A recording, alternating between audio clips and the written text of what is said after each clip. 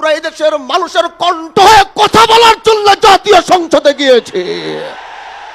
আমরা বলেছিলাম আমরা ইনসাফ প্রতিষ্ঠা করব, আমরা বলেছিলাম আমরা ন্যায় প্রতিষ্ঠা করব।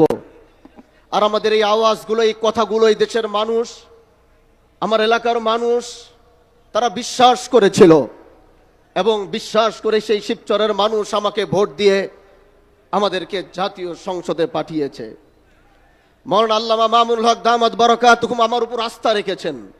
আমার উপর আস্থা রেখে তিনি আমাকে এই দায়িত্ব পালন করার সুযোগ দিয়েছেন। ভাই, আমরা ক্ষমতার জন্য আমরা জাতীয় সংসদে যাই নাই। এরকম ক্ষমতা তো আমাদের পূর্বপুরুষের ছিল।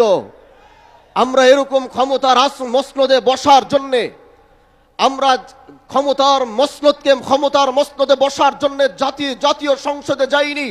আমরা এদেশের মানুষের কণ্ঠ হয়ে কথা বলার জন্য জাতীয় সংসদে গিয়েছি। এজন্য যতদিন আমাদের কথাগুলো যতদিন রায় না হবে, আমাদের দাবিগুলো যতদিন পূরণ করা না হবে, আমাদের আন্দোলন চলতে থাকবে। প্রিয় ভাইরা আমার, এদেশের মানুষ 70% মানুষ গণভোটের পক্ষে রায় দিয়েছে। 70% মানুষ জুলাইয়ের পক্ষে রায় দিয়েছে। এজন্য এদেশের জনগণের ম্যান্ডেটের বাইরে গিয়ে অন্য কিছু করার কোনো সুযোগ কারো হবে না। প্রিয় ভাইরা আমার, আমরা সরকার পতনের আন্দোলনে নামি নাই। এটা কোনো সরকার পতনের আন্দোলন আর সমাবেশ নয়। সংসদে বুঝাবার চেষ্টা করেছি, হয়তো বুঝতে পারছেন না বলে আজ জনগণ ময়দানে নেমেছে বুঝাবার জন্য। এজন্য আমরা চাই সরকার এটা বুঝবে, জুলাইকে ধারণ করবে, গণভোটের রায়ের পক্ষে সরকারও থাকবে, এটা আমাদের চাওয়া। এজন্য আগামীর বাংলাদেশে আমরা জুলাইকে মাইনাস করে আমরা কিচ্ছু করতে পারবো না।